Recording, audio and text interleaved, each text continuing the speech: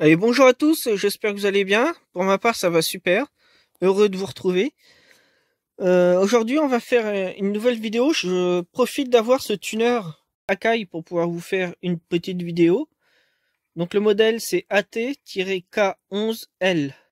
Dans cette vidéo, je vais vous expliquer un peu toutes les pannes que j'ai pu avoir sur ce genre de tuner, hein, du modèle ATK11L. Donc j'en ai eu plusieurs entre les mains déjà depuis que je fais de l'électronique. Donc, ce qu'on peut voir déjà, c'est qu'il y a un transformateur. On a le 220 qui arrive ici. Donc, il y a une broche qui va directement sur le bobinage du primaire du transformateur. L'autre côté du 220 arrive directement sur un interrupteur. Donc, quand je l'actionne, là, il est ouvert. Quand j'actionne, le contact se fait entre le fil marron et le fil blanc. Donc là, on peut considérer qu'il y a un fil lorsque l'interrupteur est en position fermée. Et mon 220 repart sur le bobinage du transformateur. Donc ensuite, on a un secondaire sur le transformateur. On ressort sur deux petits fils blancs.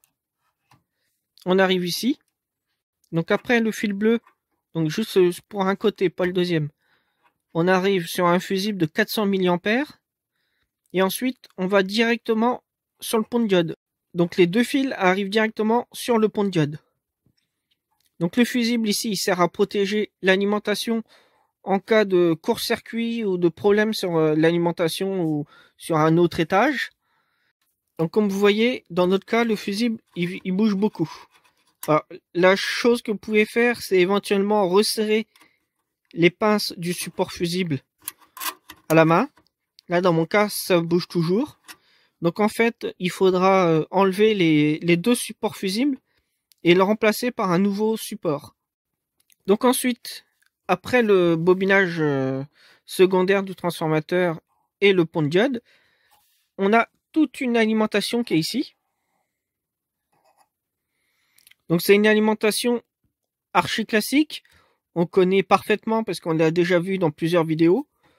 En sortie du transistor, donc sur l'émetteur du transistor, je vais obtenir une tension qui dépendra de la valeur de la Zener que j'ai mis ici, qui est sur la base du transistor. Donc c'est archi classique, on l'a déjà vu plusieurs fois.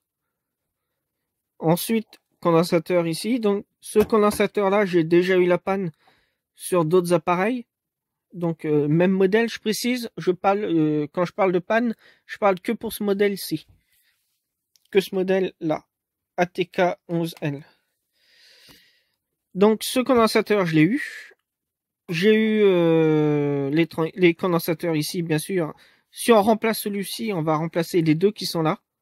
Donc si vous devez changer ce condensateur-là, ou un des deux ici, profitez-en pour changer celui-là, c'est le C74, et c'est un 470 microfarad 16 volts. Donc celui-là, il faut le changer. Il y a également celui-là qu'il faut changer. Donc c'est le C62. Et vous allez avoir celui-ci. Donc il est à côté du petit condensateur ici, C12. Et vous aurez également celui-ci, le C46. Donc voici la valeur. Donc il fait partie également de l'alimentation. Donc vous avez celui-ci, celui-ci, celui-là et celui-là. Donc ça fait partie des condensateurs qu'il faudra changer. Vous pouvez également avoir les soudures en dessous qui sont à refaire. Donc une soudure foireuse, ça peut faire que ça fait péter par exemple le transistor qui est ici. J'ai eu le cas il y a quelques temps. Donc le transistor c'est TR12. Celui-ci aussi il peut se mettre en court-circuit. Donc c'est le 2SD 313. Ce condensateur là c'est le C83. C'est un 1000 microfarad 35 volts. Donc c'est archi classique, ça coûte pas cher du tout. Donc maintenant je vais vous faire voir le schéma de cette petite alimentation qui est très classique. Donc voici, là on a le transformateur, ici on a le 220, notre interrupteur et le condensateur qui est en parallèle de l'interrupteur. Ensuite, notre fusible, le F1 de 0,4 ampères, donc c'est un 400 milliampères. Ensuite, le pont de diode, donc le pont de diode, c'est celui-ci. Ensuite, on a le condensateur C83, donc ce condensateur-là. Ensuite, on arrive sur le collecteur du transistor de puissance, le 2SD313. Ici, on a la base. Donc, on a une diode Zener de 15 volts. Alors, si vous devez la changer, vous pouvez mettre une 1 watt sans problème. Ça ira aussi. Donc, ces deux condensateurs-là, C81 et C82, il faudra les changer. Ensuite, on ressort donc par l'émetteur du transistor. Ici, on a plus 15 volts. Donc, on va faire la mesure avec un multimètre. On va voir déjà combien j'ai ici en AC, parce que eux, ils disent qu'en AC, on a 21,1 volts en AC. Donc, on va voir. AC, c'est alternatif. Donc là, je vais commencer ma mesure entre broche 29 et 22. Donc, les deux fils bleus du secondaire du transformateur. Donc, je suis pris comme ça. Je suis en AC alternatif. Donc, je mets sous tension. J'ai 17,90 volts, 18 volts alternatif. Alors que normalement, ouais, ils disent 21,1, on a à peu près ce qu'il faut.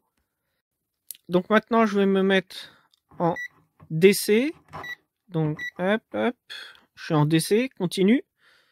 Je vais venir me prendre entre le moins ici, donc le moins la masse, et je vais prendre entre le plus du pont de diode pour savoir la tension que j'ai ici. Donc normalement, je devrais être autour de 24,9 volts. Donc là, j'ai mis la pointe de touche noire sur le moins du pont de diode et la pointe de touche rouge sur le plus du pont de diode. Donc je vais mettre sous tension. Et là, j'ai 19,80 volts. Donc déjà, on a au moins 5 volts de moins que ce qu'on devrait avoir ici sur le collecteur du transistor. Donc entre le condensateur, on est en parallèle du condensateur. Maintenant, je vais venir voir la tension que j'ai en sortie du transistor, donc sur l'émetteur. Donc pour avoir ma tension entre l'émetteur du transistor et la masse, j'ai laissé ma pointe de touche noire sur le moins du pont de diode et je suis relié sur le petit strap que vous voyez, donc le premier. Donc là, je vais mettre sous tension et on obtient 13,70 volts en sortie. Donc là, il y a un petit problème parce qu'on devrait avoir 15 volts. Donc il y a un petit souci. Et de plus, je vous l'ai pas fait voir, mais regardez, je mets mon tuner en route et je n'ai absolument rien qui s'allume. Aucune LED, rien du tout. Donc ce tuner est en panne. Il faut arriver à trouver ce qu'il a. Donc on va faire déjà, pour commencer, ce que je vous ai dit tout à l'heure. Pour mettre fin à toute suspicion, je vais changer le condensateur ici, les deux bleus ici, celui-là, celui-ci, celui-ci et celui-là. Donc je commence par ces condensateurs, je démonte. Donc pour démonter, c'est très simple. Il y a une vis ici, une vis là. On a une vis ici. On va enlever cette vis là pour enlever le ressort avec les deux fils qui sont pris dans la boucle.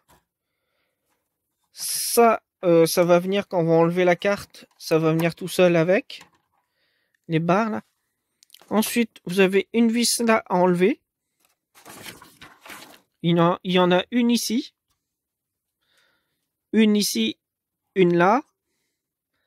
Ensuite, on fait le tour pour voir s'il n'y en a pas d'autres. Donc, il y en a une qui se cache ici derrière le condensateur. Donc, celle-là, je l'ai dit. Et après, il faut aller voir derrière. Donc, il faut enlever les deux vis ici qui tiennent le double connecteur RCA. Et il faut enlever cette vis-là et celle-là pour pouvoir enlever la carte. Donc, le plus simple, ce qui est plus facile, c'est carrément d'enlever toute la façade arrière.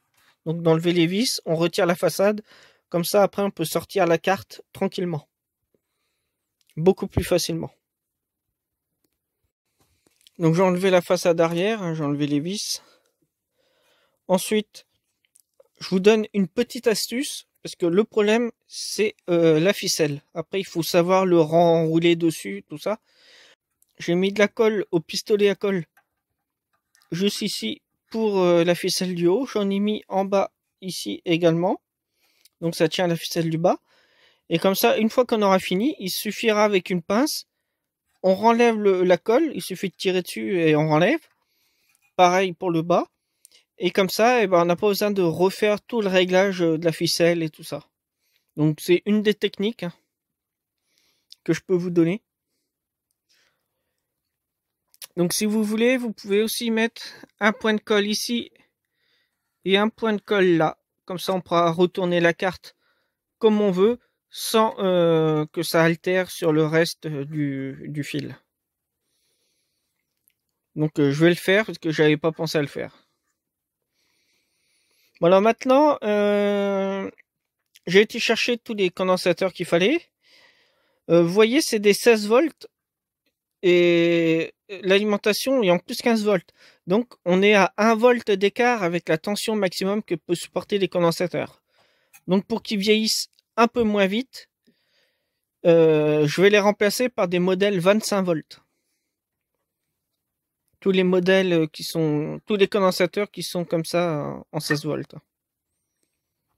Donc maintenant, je vais mettre de la colle ici, de la colle là. Je vais enlever les vis qui tiennent encore la carte au châssis. Et je vais retourner la carte.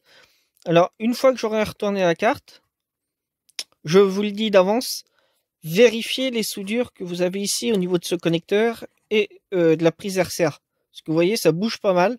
Et quand on branche, on débranche, des fois les vis sont pas suffisamment serrées et ça fait péter les soudures en dessous. Donc, vaut mieux les vérifier. On va en profiter également pour regarder un peu partout si on voit des soudures qui peuvent paraître pas très belles.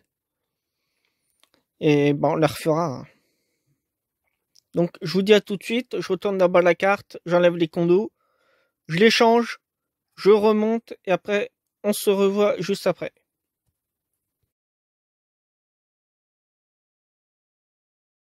Alors les condensateurs ont été changés. Je vous fais voir un peu. Donc maintenant, lorsque je mets sous tension, vous allez voir. Oh, ça s'allume. Donc ça y est, le tuner fonctionne. Donc le problème venait bien de l'alimentation. Au niveau des condensateurs de lissage. Donc si on mesure la tension qu'on a, on a 28,71 volts. Donc là, on est bien. C'est la tension qu'on doit avoir. Chose qu'on n'avait pas tout à l'heure au début. Donc j'ai changé ces condensateurs-là. Il y en a 1, 2, 3, 4, 5. Il y a 6 condensateurs.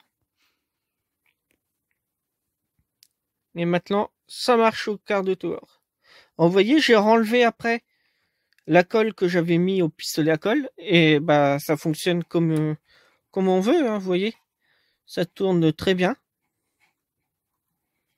Dans les deux sens. Alors, par contre, si vous mettez de la colle pour coller, mettez pas n'importe quelle colle. Mettez pas de la glu, par exemple. Il faut prendre un pistolet à colle. Et quand vous retournez la carte, que vous changez les condensateurs, tout ça, faut pas y aller non plus trop comme un bourrin pour pas faire décoller la colle qui tient tout ça, quoi. La roue, voilà. Parce qu'après, pour rebobiner ça, bon courage. Perso, ça m'est arrivé des fois de faire sauter la ficelle. Oh le bordel pour pouvoir remettre ça. Oh là là. Il y a des fois j'ai même pas réussi hein, parce que après il y a le petit truc qui se déplace là quand je sais pas si on peut le voir là. Attends, je vais remettre Sous tension. Ouais. Vous voyez le truc qui se déplace là? Après, il faut arriver à le remettre pile au niveau de la fréquence qu'on est en fait en FM ou AM. Donc c'est pratiquement infaisable. Je préfère pas du tout risquer. J'ai testé le plus 5 volts. Donc là, le plus 5 volts, il sert à alimenter ces deux petits fils bleu et noir. En fait, c'est la petite LED qu'on a ici qui va se déplacer suivant comment on tourne le bouton. Donc, en fait, on n'a pas réellement 5 volts, on a 4 volts 10. Et ça, c'est la bonne tension, hein, donc là, il n'y a pas de souci. Donc, j'ai vérifié la tension après R31 et R32, je suis mis ici. Et j'ai 12,2 volts. Donc, c'est très bien parce que c'est la tension qu'on doit avoir pour alimenter ce circuit-là, le LA3350. Donc, c'est parfait. Donc maintenant, si vous voulez bien, on va regarder un peu. Alors, je prends ma petite feuille parce que je les connais pas tous de tête. On va regarder un peu tous les circuits, à quoi ils correspondent. Donc le LA1240, c'est un ampli pour la fonction AM. Donc on a un signal FI qui arrive de la part du tuner. Et ce circuit-là permet d'amplifier le signal en AM, en version AM. On a aussi celui-là, le LA, je sais pas si on voit bien, LA3350. Alors lui, c'est la démodulation avec PLL. Alors avec PLL, en fait, ça veut tout simplement dire qu'on a une boucle. Suivant ce qu'on a en sortie, on va réajuster en entrée. Un peu comme avec un ampli OPS. On se sert de ce qu'on a en sortie pour réajuster au niveau de l'entrée. Donc c'est une boucle. C'est ça un système APLL. Ici, vous avez le A1231N. Donc c'est si vous voyez ça, pour trouver la référence sur internet pour racheter un circuit s'il est en panne, en fait c'est le LA1231N. Donc là, on met un L devant le A. Alors celui-ci, c'est l'ampli FM. Donc la partie FM, elle est ici. La partie AM est ici. Ce circuit-là permet de séparer la partie AM et FM. Ici, alors, on a la chance d'avoir cet ampli parce que ça se fait plus du tout. Hein. Donc en fait, pour ajuster la fréquence que l'on souhaite avoir, c'est un condensateur à air. Donc ça se fait plus du tout. En fait, vous voyez, il y a plein de petites plaques. Et entre les deux, il y a de l'air qui circule. Et c'est ce qui constitue en fait une capacité, en fait, un condensateur, on peut dire. Donc c'est en jouant sur l'espace entre les disques qu'on va arriver après à régler la fréquence qu'on souhaite. C'est un petit peu un condensateur réglable. Les pannes que j'ai eues sur ce tuner, ça a tout le temps été en général une panne d'alimentation. Donc soit le 2SD 313 ou alors bien les condensateurs. J'ai eu aussi, ça m'est arrivé qu'une seule fois, j'ai eu le pont de diode qui était en court-circuit et le fusible de 400 mA qui était sauté. Uniquement ces deux composants-là que j'avais eu. Donc quand j'avais eu mon pont de diode pété, j'en avais quand même profité pour changer le condensateur ici de 1000 microfarad 35 volts. Une fois j'ai eu un autre cas, c'était à cause de la foudre. Le primaire du transfo était claqué. Le petit fusible entre les deux, petit fusible thermique, lui il était claqué aussi, mais le bobinage avait cramé. Donc transfo HS. Hein. Donc celui-ci, il a un bladage magnétique tout autour. Donc en fin de compte, les fréquences qu'on a, la fréquence de 50 Hz qu'on a sur le secteur, on le retrouve ici en sortie aussi sur le secondaire. Et c'est très important de ne pas avoir de 50 Hz qui vient se répercuter sur l'électronique. Parce que là, on est en face à un tuner. Donc on agit sur des fréquences. Donc si on envoie du 50 Hz dans la fréquence, ça va pas être très joli le son en sortie. Donc c'est pour ça qu'on utilise ce blindage. L'interrupteur, j'ai jamais eu comme panne sur ce tuner. Sinon, c'est tout, hein, j'ai rien eu d'autre. C'est les seules pannes que j'ai eues. Bon, l'histoire des condensateurs de l'alimentation, ça, je l'ai eu au moins une dizaine de fois. 10-15 fois. Donc voilà. Alors maintenant, j'ai plus qu'à... Il y a du bruit, excusez-moi. J'ai plus qu'à... Ça, c'est mes notes. Donc j'ai marqué les condensateurs, tout ça. Là, c'est ce que j'ai remplacé. Alors, j'ai le premier 470 microfarads, 16 volts. J'ai remplacé par un modèle 25 volts. J'ai mis un 105 degrés. Et la marque, c'est Econ. Ensuite, j'ai mis Le Long. Alors, Le Long, ça, c'est une marque que j'aime bien. Jaquette, c'est pas de la super marque. Hein. J'avais que ça à mettre, donc j'ai mis ce que j'avais. Le Wageo, ça, c'est de la très bonne marque que j'ai mis pour le C82 220 microfarads 25 volts. Wageo, je crois que c'est une des marques que je préfère. Donc là, c'est un tuner. Et on n'a pas besoin de mettre de condensateur 105 degrés. On peut très bien laisser des condensateurs de 85 degrés, parce que ça ne chauffe pas. C'est pas comme sur une alimentation à découpage. Sur une Sur une alimentation à découpage, ça chauffe énormément, donc on met des 105 degrés. Et comme on est sur une alimentation à découpage, on doit en plus utiliser en général des condensateurs à faible ESR. C'est une très faible résistance en fait du condensateur.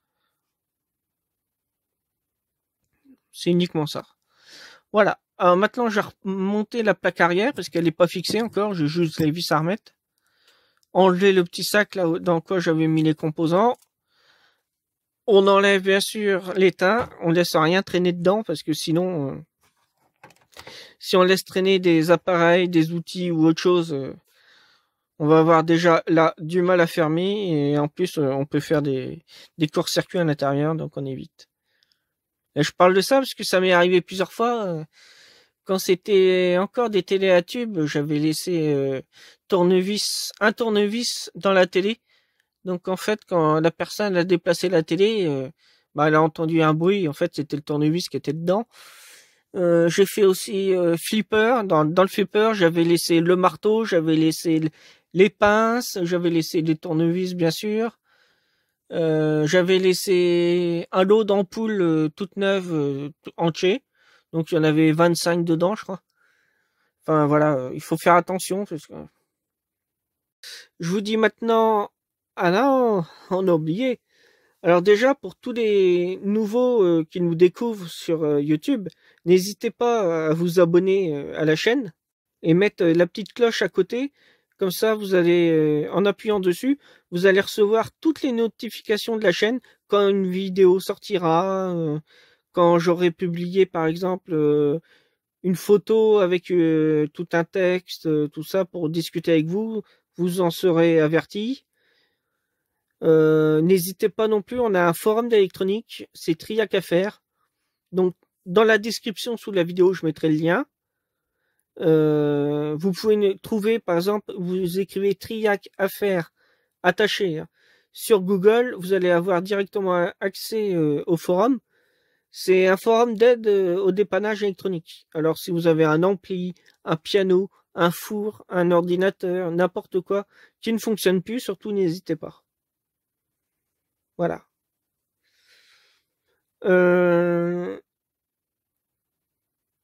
J'ai mis plus d'une semaine avant de refaire une vidéo parce que en fait, j'avais pas d'inspiration. Je ne savais pas du tout sur quoi je pourrais faire une vidéo parce que je commence à manquer d'appareil en panne. J'ai plus grand chose. Donc, ça se limite. Hein. J'ai des toutes grosses vidéos encore sur le Scénic à faire. J'en ai aussi, j'ai des modulaires bag, un modulaire bag BMW, tout ça à faire. Mais ça prend énormément de temps parce qu'il faut que je suive toutes les pistes, tout ça, pour faire les schémas. Donc c'est vraiment très très long. Ça sortira, mais pas tout de suite. Voilà. Si vous avez des appareils en panne que vous ne souhaitez pas réparer, plutôt que d'aller les mettre à la déchetterie, tout ça, vous pouvez m'en envoyer. Je serai ravi, mais alors très ravi. Ça me permettra de faire une vidéo. Moi, si je récupère des appareils, c'est uniquement pour faire des vidéos, pour faire voir un peu à tout le monde comment il faut faire. Si vous avez aimé cette vidéo, n'hésitez pas à mettre un petit pouce vers le haut. Comme ça, plus il y aura de pouces, plus la vidéo sera vue. Et si je fais des vidéos, c'est pour que ça soit vu. Donc voilà. Je vous souhaite plein de bonnes choses. Soyez sages. Et je vous dis bye bye. Salut, salut!